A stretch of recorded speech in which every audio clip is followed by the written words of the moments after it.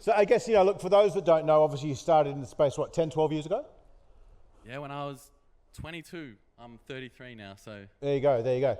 And I guess, talk to us about those early days, like when you were working in gyms, face-to-face, kind of getting up at the crack of arse, staying till late, Guys, you all know how it is. You just do what you have to do to get through the day, to be honest. So I worked in a bottle shop. I moved to the Gold Coast alone, and I was working in a gym as a PT. So obviously quit the bottle shop. I'm now working in a gym as a face-to-face PT. And it's just a hustle. There's so many lessons along the way. So I just want to let you know that all the stuff you're doing is all lessons that are going to lead you to where you want to be. I remember getting on the phone doing cold calls, birthday sessions. You're ringing people, begging them to do a free session with you. And you're just doing whatever you can to get a client. And I did that for 8 years. I didn't stop, and I just continued in the same routine. I'm thinking, where does it go from here? And it wasn't until I started doing the things I was scared of that things started to change for me. And that's a reason I want to be here today in front of all of you, because I'm shitting myself. And I'll tell you what, you will always be shitting yourself. It doesn't go away, all the shit you're doing, but you learn to face it. And that's been the difference for me. I got comfortable with being nervous and doing shit, still facing it regardless of how I felt. And that's me here today showing you guys it never stops. It's always progress. Get comfortable being uncomfortable. I think that's the main thing to take away from it. And chatting with Adam, before now, mate, it's been something that you didn't necessarily want to do, but you knew you had to fucking do it. That's what I said to you when you asked me. I'm like, fuck. Yeah. Shit. I hit him up. I gotta do this. I hit him up and said, hey, you want to chat? He's like, nah. But I fucking probably should. So how did you transition though, from doing that in the trenches, like a lot of us have done here, cold calling, free sessions, stuff like that, to actually, starting online? We won't get about where you're at now, which I think we all know, but starting online, how did that happen? So for me, what was happening was I stopped seeing value in training clients 3-4 times a week. It costs a lot of money. So I started focusing more on nutrition with my clients because I knew that's where the results were at. Instead of just selling PT sessions, it was like, hey, come train with me once a week, but I'll give you this package. So my face-to-face clients, instead of training with me 3-4 times a week, I bring them all back to one, but they're getting better results now because they're following shit on their own.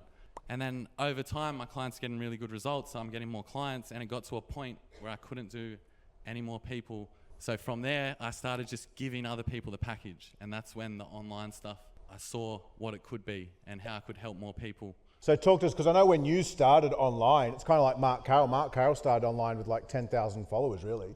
You know. So I actually didn't have Instagram for the majority of my career. The first 8 years, it was all just kickstarts in the gym, cold calls.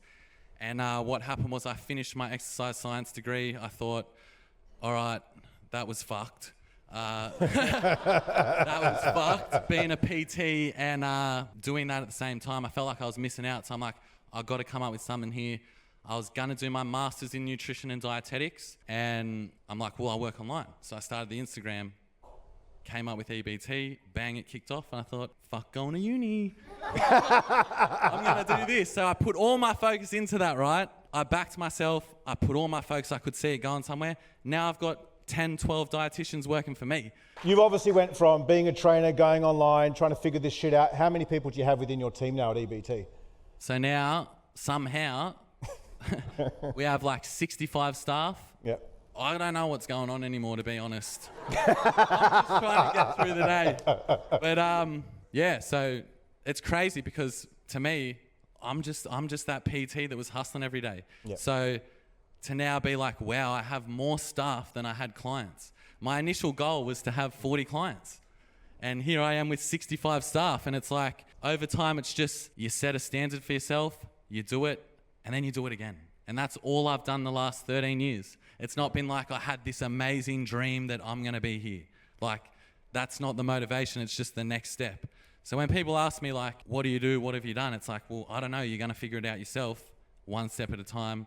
And you're going to end up where you're meant to be if you're doing the right shit. What would you say is if you could go back over the last 5 years, I know from chatting to you, you don't necessarily look at things as mistakes, more as lessons. What's one lesson that you would kind of go back and tell your younger self?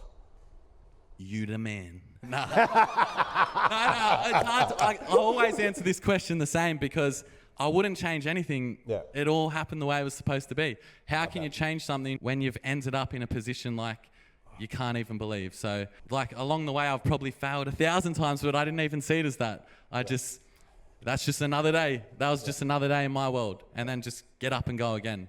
And I think that's an important thing. Like, you know, you would have heard Jackson talk about mindset and different presenters that are on here so far. It's like, there's no such thing as failing. You're only failing if you fail to actually fail.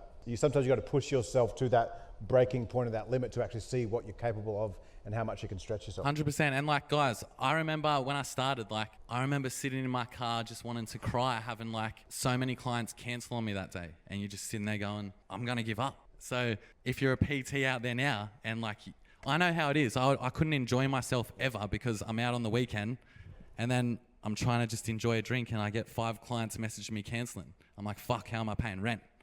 And all that sort of stuff is what's going to motivate you to change something and not be in that situation. So look, Adam and I want to open up to the audience here. So who here would like to ask Adam a question? My name's Costa, and you said you wake up and you do your non-negotiables. What are they?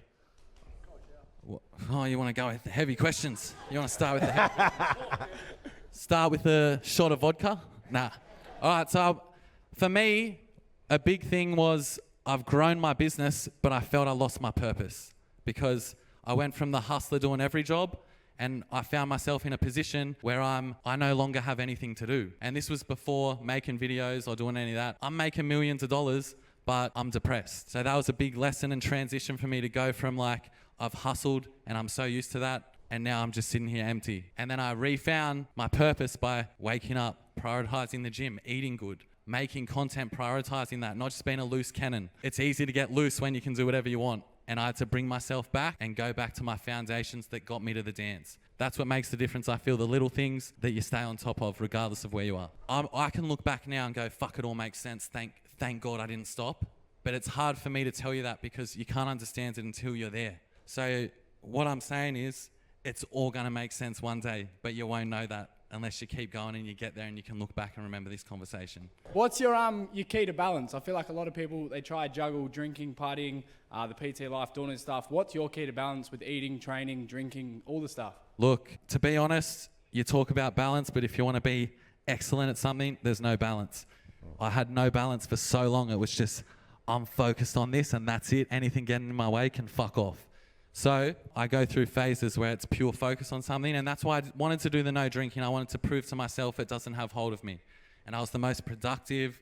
I slept well. Everything was going great for me. And I loved it. But I'm good either way, and that's what I want to realize because I've had some blowouts since, and now I'm reestablishing that balance, right? Where what works for me, you got to know when to call it. But you're not always going to do that, and that's okay. You just get up and get on with the day. Don't let it control you or stop you from doing what you're doing. And if it is, then you got to do something about it. Carl from Virtual is asking, what is something that you learned in your early days of being a PT that still holds true to you today to growing your PT business online as well too? Like I've learned, you have to just face anything that makes you scared. Every new thing you do, you're just shitting yourself. So I just learned to face shit. It's like doing cold calls, doing kickstarts, just whatever you have to do, face it and get comfortable within it. And then it's just a new challenge next. So regardless of how you feel, just get it done. It's like here, I was shitting myself through that door. Just walk out, march out, run it. It's the same for everything. It's all the same principle. Well, there's EBT. Like how important was the branding in my success? Yeah, right? exactly. So very important.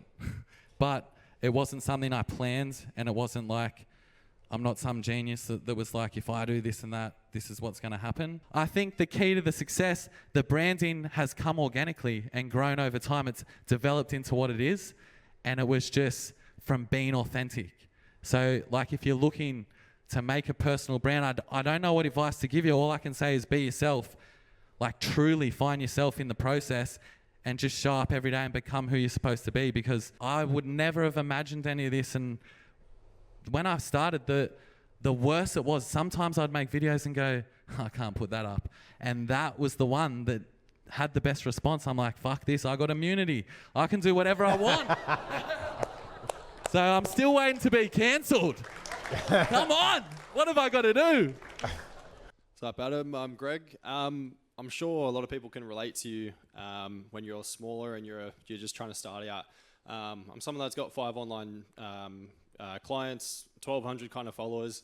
Is there anything that you would have doubled down on from someone in my position to get to like even a quarter of what you've got? Something that you would have doubled down on when you were really, really small? Like I did double down on everything. Firstly, people need to know you. How are you going to get clients if no one knows who you are? But at the same time, like you got to make sure you're giving a good service. It's just double down on everything, to be honest. Like I don't know what to say, because it's whatever you find starts to work, go all in on it and just keep chasing it. And then maybe one day it won't.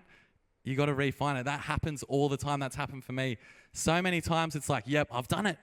And then boom, it goes away. It's not working. And then it's the next thing. I know my page so well because I've done a post every day for 6 years and I've seen what's worked. This works, that doesn't. I'm not going to go there anymore. I'm going to stick to this. So that's what I'd recommend.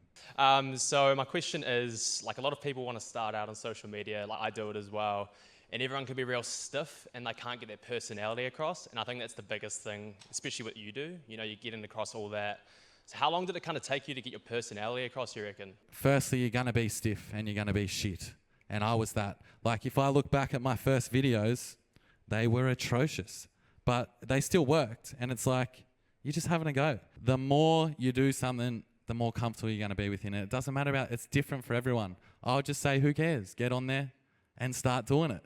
And over time, you're just going to get better and better and better. And you get to look back and go, look at how far I've come. I look back and go, holy shit, I'm embarrassed of that. But it's just exposing yourself to the environment and becoming comfortable within it. And then you just loosen up. Like for me, a big thing that got me confident was like, well, I'm going to go into the shops now and start filming and have everyone looking at me.